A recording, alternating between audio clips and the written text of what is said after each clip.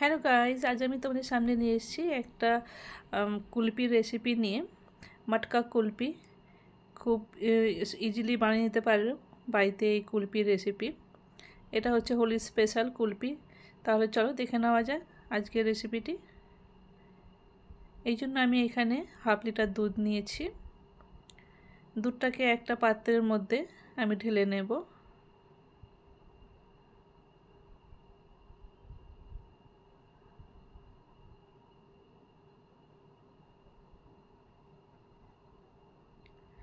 দুধটাকে ঢেলে নেওয়ার পর দুধটাকে আমি ভালোভাবে জাল দিয়ে দেবো, ভালোভাবে গরম হতে দেব।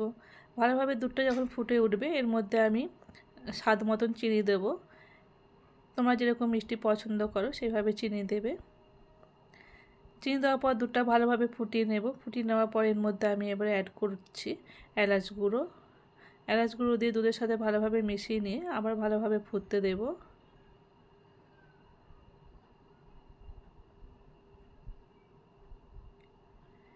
এদিকে একটি অন্য পাত্রে 1 চামচ কাস্টার্ড পাউডার নিয়ে 2 চামচ দুধ দিয়ে ভালোভাবে একটা পেস্ট বানিয়ে নিচ্ছি।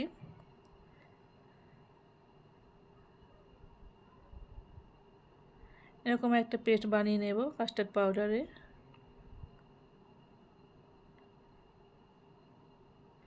এলাচ দিয়ে দুধটাকে ভালোভাবে ফুটিয়ে নেওয়ার পর এর মধ্যে আমি কাস্টার্ড পাউডারে মিশ্রণটা ঢেলে দেব। ঢেলে দিয়ে কন্টিনিউ এটাকে নাড়তে হবে।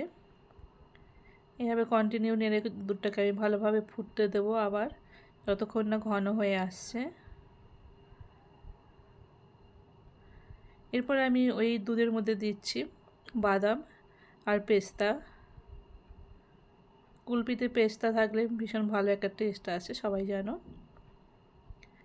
এবার আমি অন্য একটা পাত্রে অল্প 2 চামচ দুধের মধ্যে অল্প জাফরান দিয়ে কিছুক্ষণের জন্য ভিজিয়ে রেখে দিয়েছিলাম।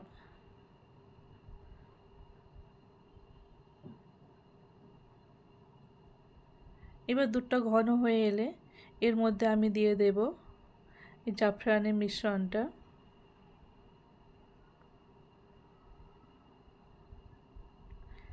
এবার দুধটাকে আমি ভালোভাবে জাল দিয়ে খুব ঘন করে নেব। দুধ ঘন হয়ে গেলে এরপর আমি মটকার মধ্যে দুধটাকে ঢেলে দেব।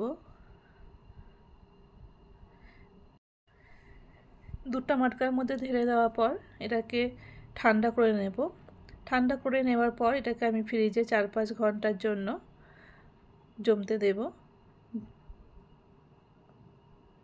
তাহলেই আমার তৈরি হয়ে যাবে মটকা কুলপি। এই দেখো আমার কুলপি এখানে সেট হয়ে গেছে।